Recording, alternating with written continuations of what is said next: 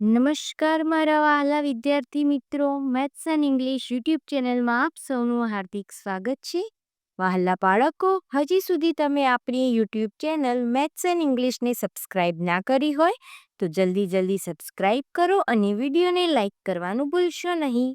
વિદ્યાર્થી મિત્રો, આજે આપણે ધોરણ 5 અંગ્રેજી વિષયમાં સ્વાધ્યાયપોથી સોલ્યુશનની અંદર યુનિટ 1માં એક્સરસાઇઝ નંબર 4 થી 7નું સોલ્યુશન કરીશું.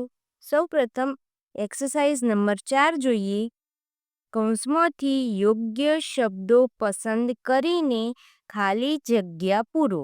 અહીં કૌંસમાં આપણને 4 શબ્દ આપેલ છે, તેના આધારે આપણે 4 ખાલી જગ્યા પૂરવાની છે.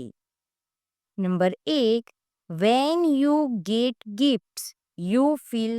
જ્યારે તમને ગિફ્ટ મળે, ભેટ મળે ત્યારે તમે કેવું ફીલ કરો? તો હેપી. આપણને કોઈ ગિફ્ટ આપે તો આપણે હેપી થઈએ ને.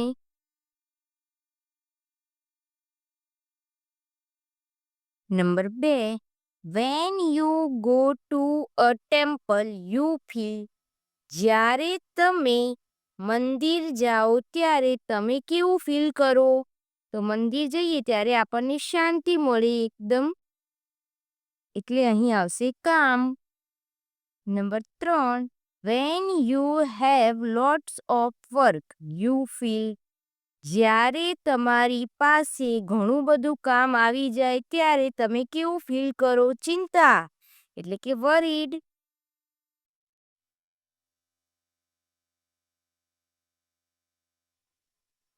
Number 4, when your friend does not help you you feel. જ્યારે તમારા મિત્રો તમારી મદદ કરતા નથી ત્યારે તમે કેવું ફીલ કરો? સેડ, દુઃખી થઈ જાઓ. અહીં પ્રશ્ન નંબર 4નું સોલ્યુશન પૂર્ણ થાય છે. હવે પ્રશ્ન 5 જોઈએ. સાચા સ્પેલિંગ ફરતે રાઉન્ડ દોરો. અહીં 4 શબ્દ આપેલ છે. હવે પ્લીઝનો કયો સ્પેલિંગ સાચો છે તે જોઈ આપણે તેની ફરતે રાઉન્ડ કરવાનું છે. તો સૌપ્રથમ પ્લીઝનો પ્રથમ સ્પેલિંગ સાચો છે તો આપણે એની ફરતે ગોળ રાઉન્ડ કરીશું. નંબર 2, હવે કામનો સાચો સ્પેલિંગ 2 નંબર પર છે તો ત્યાં રાઉન્ડ કરીશું. Happy,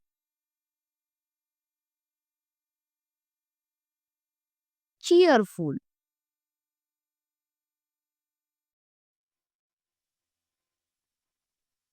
angry.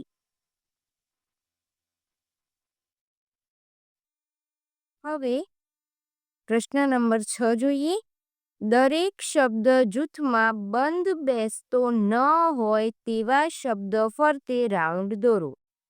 હવે અહીં 4 શબ્દ આપેલ છે, તેમાંથી એક શબ્દ જુદો પડતો હશે, તેની ફરતે આપણે રાઉન્ડ કરવાનું છે. જેમ કે પ્રથમ જોઈએ, સ્કૂલ, ઇરેઝર, પેન્સિલ, શાર્પનર. વિદ્યાર્થી મિત્રો, અહીં ઇરેઝર, પેન્સિલ, શાર્પનર આ 3 વસ્તુ કંપાસ બોક્સની છે, જ્યારે સ્કૂલ તેમનાથી અલગ પડે છે, તો આપણે સ્કૂલ ફરતે રાઉન્ડ કરશું. Number 2, mango, grapes, banana, potato. હવે અહીં જોઈએ, મેંગો, ગ્રેપ્સ અને બનાના એ 3 ફ્રૂટ્સ છે, જ્યારે પટેટો એ વેજીટેબલમાં આવે એટલે આપણે પટેટો ફરતે રાઉન્ડ કરશું. Number 3, kho kho, kabaddi, chess, football. આ ચારે બાળકો ગેમ છે, પરંતુ ખોખો, કબડ્ડી અને ફૂટબોલ એ 3 આઉટડોર ગેમ છે, જ્યારે ચેસ એ ઇન્ડોર ગેમ છે, એટલે આપણે ચેસ ફરતે રાઉન્ડ કરશું. Number 4, lotus, kiwi, rose and sunflower. હવે લોટસ, રોઝ અને સનફ્લાવર તે ફ્લાવર છે, જ્યારે કીવી જુદું પડે છે.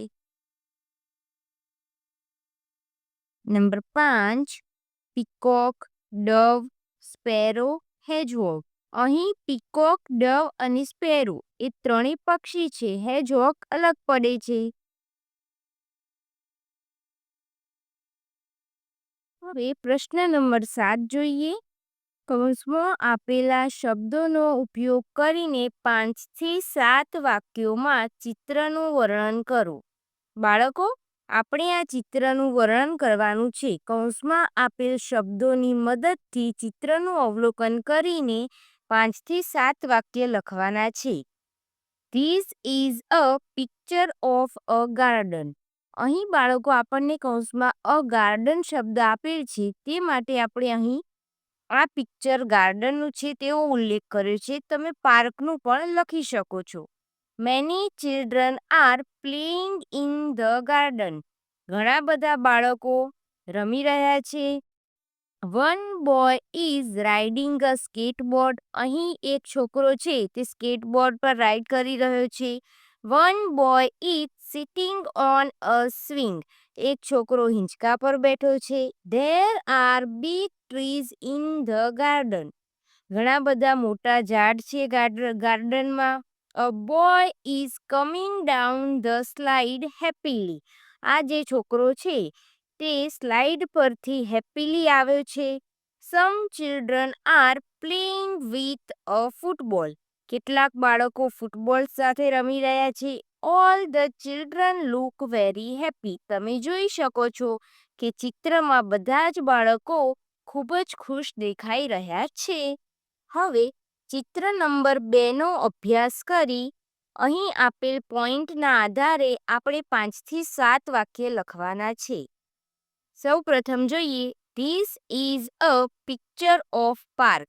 આ એક પાર્કનું ચિત્ર છે. A boy is playing with toy. અહીં તમે જોઈ શકો છો કે એક છોકરો જે ટોય સાથે રમી રહ્યો છે. A lady is walking near the bus stop.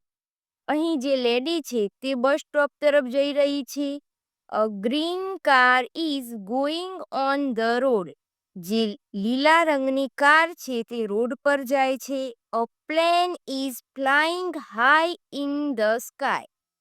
જે વિમાન છે તે આકાશમાં ઉડી રહ્યું છે. A train is running on the railway track. જે ટ્રેન છે તે રેલવે ટ્રેક પર જઈ રહી છે.